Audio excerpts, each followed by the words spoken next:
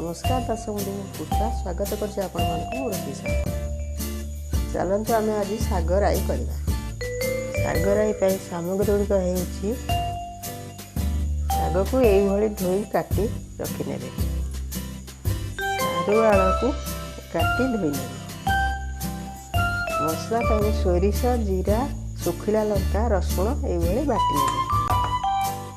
किछि हळदी नेबे, किछि भजा बड़ी, लुण, पंचफुटण टिके, गोटा सुखिला लंका, धनिया पत्र कटा, रसुण छेचा।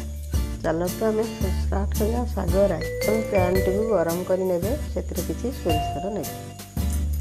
सोरिष तेल गरम हो गला परे सारू आलू रखिया काटिके पकेइबे।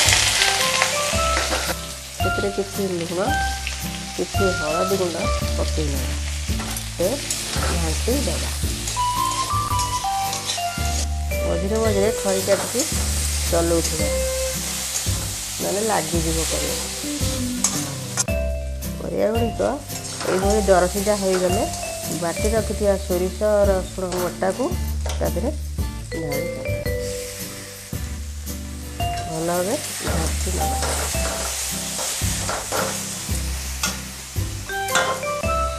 किछि पानी दबा।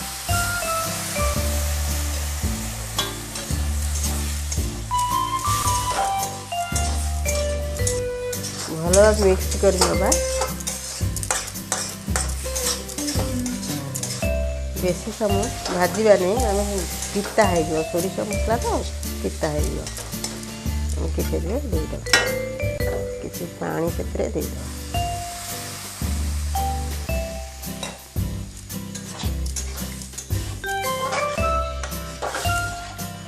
परिया गुड़िक सीझापी 10 मिनिट छाड़ीदेवा। गैस टी कमी देकर छाड़ीदेवा। ढाकुणी को घोड़ेदेवा।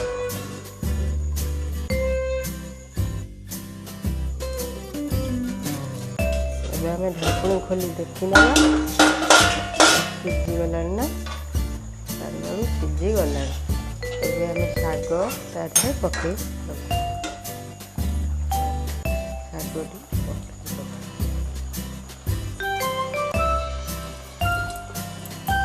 भल भाव आम घाटी नवा।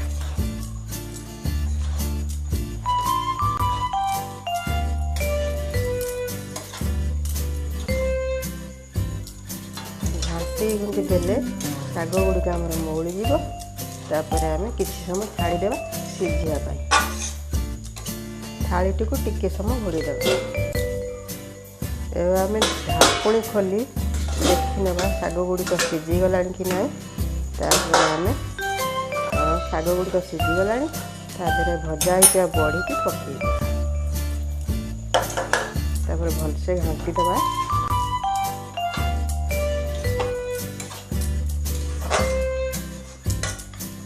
एबे आम आउ एक पात्र को काढ़ी नवा। आउ थरे पैन टी गरम कर नवा। सेतिरे किछि सोरिष तेल देवा।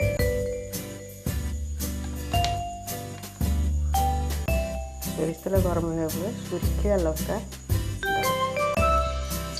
तादेहरे किछि पंचफुटण फुटण टी भल फुटीगला सोरिष रसुण देवा। धनिया पत्र देवा। भल भाव भाजी नेवा।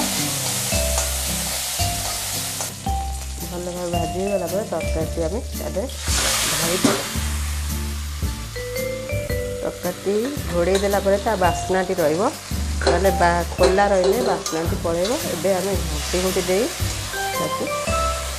तरकारी देखा आम तरकारी प्रस्तुत हो गला। एबे आम खाई परिबा, समस्त को खोई परिबा।